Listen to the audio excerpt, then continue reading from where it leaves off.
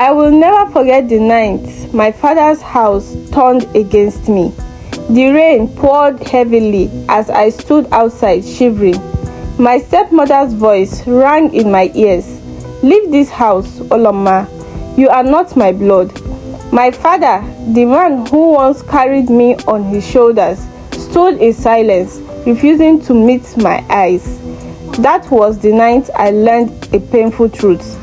Family is not always about blood. It's about who stands by you.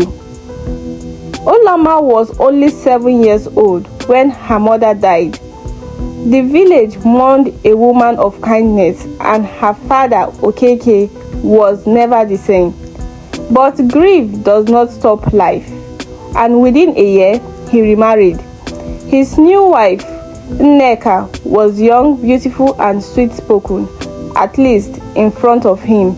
At first, Olamma believed Nneka would be a second mother, but the signs were there from the start. Small things, a cold look when her father wasn't watching, a forgotten meal here and there, and extra chores that only she had to do. Then it got worse. Nneka gave Olamma's mother precious beads to her only daughter, Adanne. She had made Olamma scrub the floors of their compound until her hands bled. She whispered to the villagers that Olamma was a child of bad luck. Olamma tried to tell her father, but Nneka would cry and claim she was lying. Each time, her father's heart softened for his wife. Soon, the little girl realized she was on her own.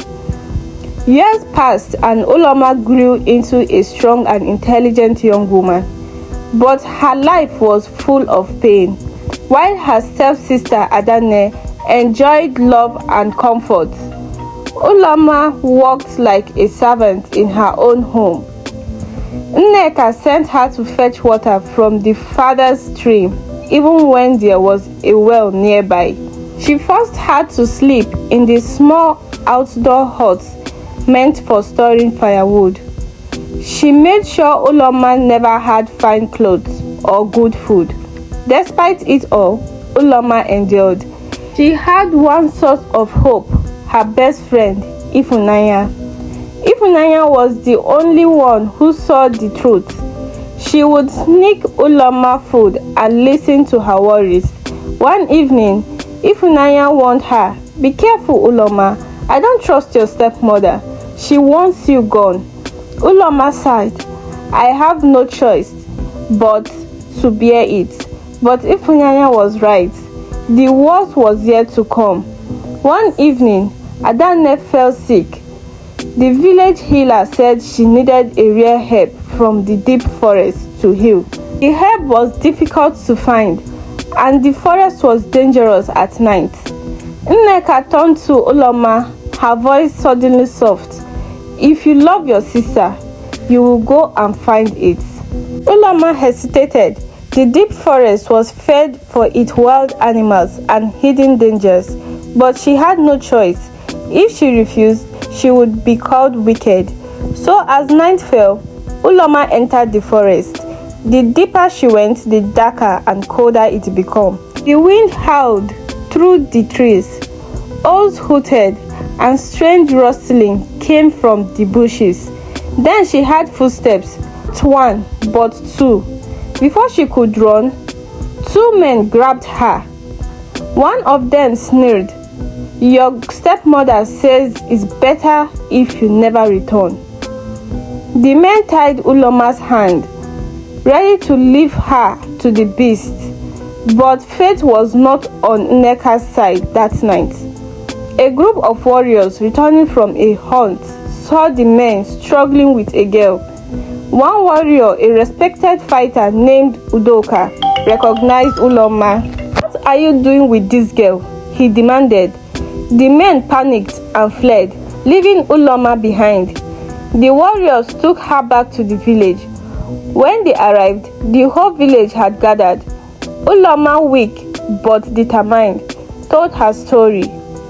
This time, people listened. One of the warriors recognized the men as Nneka's relative, and then the final blow came. Adanne, her own stepsister, broke down and confessed. I heard my mother tell them to get rid of Olamma. The villagers gasped. The elders summoned Nneka. She tried to deny it, but the truth had already spread. The elders spoke. Betrayal of one's own family was an unforgivable sin. Nneka was banished from the village, her name forever cursed.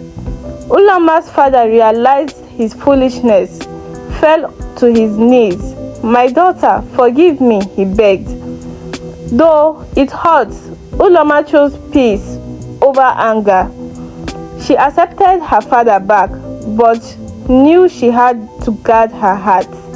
Years later, she became a woman of wisdom, helping others who suffered like she once did.